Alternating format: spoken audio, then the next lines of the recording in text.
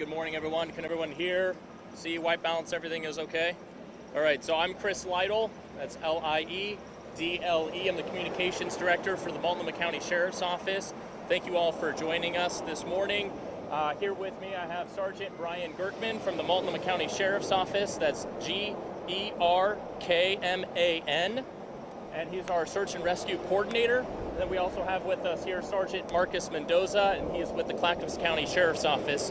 So I'll have Sergeant Brian Gerkman start things off. Hi there again, I'm Sergeant Brian Gerkman with the Multnomah County Sheriff's Office. I'm the head search and rescue coordinator. I'm just going to give you a brief rundown on what's taken place today. The search started at about 9 a.m. this morning. We've got members of the Multnomah County Sheriff's Office, the Clackamas County Sheriff's Office, Portland Fire, Lake Oswego Fire, Corbett Fire, and ODOT all out here helping us. Obviously, the mud flow poses a unique challenge, so we have members of those agencies that are specially trained in marine and mud rescues that are operating out here today. The mud in some places is estimated to be 10 to 12 feet deep. There's obviously a mass amount of debris, logs, boulders, and stuff that are posing a risk. Due to that, our searchers are conducting a very slow and methodical search. It's very difficult to move through this type of terrain in the mud. They're using large inflatable rafts as well as ropes and other types of foam boards to try and move along, and then metal rods to push down into the ground. So it's going to be slow. We're going to be out here most of the day. We do not anticipate searching into the night for safety precautions. There are still concerns in the area. We're not sure how stable the rest of the hillsides are. Obviously, we've had mudslides in other areas of the gorge, which is why the hillsides above Dodson we're still concerned about, which is why the evacuation order is still in place. I'm going to turn it over to Clackamas County Sheriff's Office to talk more specifically about the search efforts. Thanks. Sergeant Marcus Mendoza, Clackamas County Sheriff's Office, the Public Information Office. So our search and rescue, we have a search and rescue coordinator here from the Sheriff's Office, and then also the Clackamas County Sheriff's Office Water Rescue Team. The reason that our agency came was essentially just to assist with this search effort. Our water rescue team has some specific equipment that they're utilizing for this effort, and us being one of the only agencies in the area that have that type of equipment to use. Not to say that our searchers don't have this specific mudslide or landslide training, which is why we're working with the fire departments and other agencies that do have that training, working together to hopefully locate the vehicle and the person. And that specific equipment really is just items that they use for water rescues that they're utilizing in this mudslide type of activity.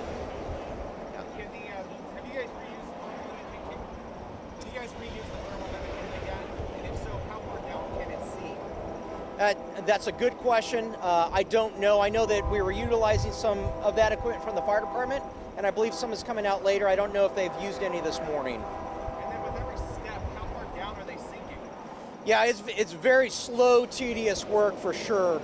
Just watching the crews enter. Initially taking steps in there, they were knee deep and waist deep, which is why they're utilizing these sleds and rafts really to hold on to in case they need to pull themselves up so they don't sink themselves. So there are some areas that have compacted just from the water flow that's going through there that's a little bit more stable and they're able to stand on. So at some points it might just be inches deep as far as they're sinking, but I've seen these rescuers already waist deep out there.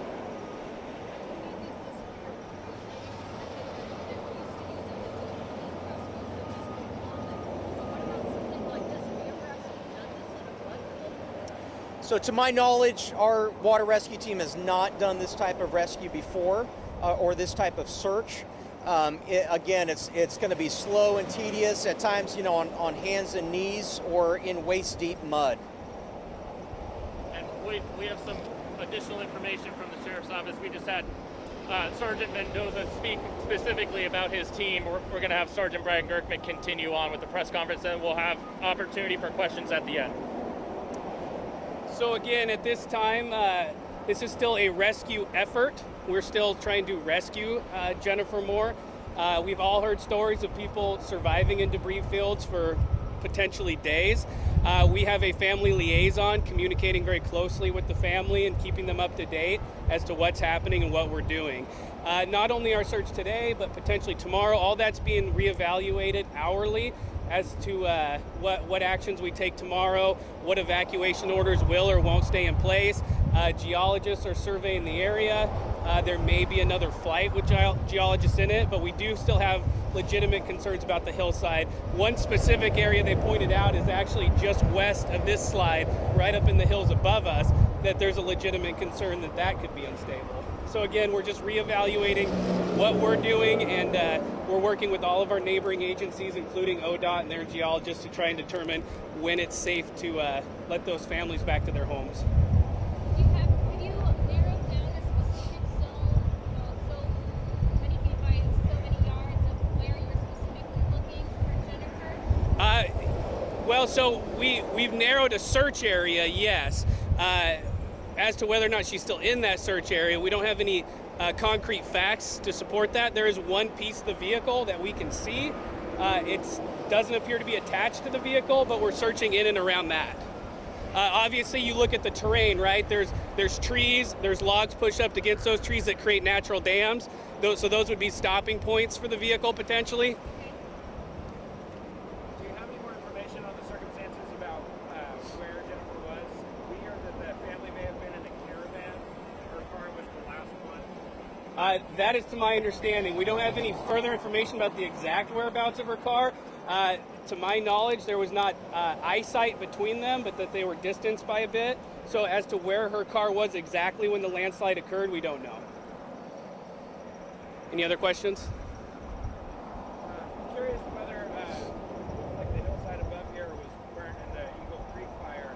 Do you guys have any knowledge about whether there was extra landslide danger because of the fact that the forest up there was burned? Well, I can't speak to the science of it, but I know as being a part of search and rescue, ever since that fire occurred, we've been anticipating any type of small, large mudslides that follow fires like that. Obviously, the ground becomes unstable when the vegetation's burned out. I can't speak directly to whether or not that played a role in this incident. Have your crews ever dealt with this type of situation, Bud? So, no. There was a landslide in this area back in the late 90s. To my knowledge, that was the last time we have experienced a large slide like this. All right. Thank you, everyone. I appreciate it. If you have any additional questions or specific questions that you think of later that didn't get answered, feel free to send me an email, pio@mcso.us. Thank you. And we'll try to have another briefing this afternoon. Potentially we may learn some additional information. We want to make sure that the public and you guys are all up to speed on exactly the search efforts today. And we'll make those updates on Twitter. So continue to follow us at AltcoSO. If you want to go over maybe the best location for them is on the other side. Yeah, and then again, a best media staging area is on the northbound side of the westbound lanes of I-84 at the Ainsworth State Park exit.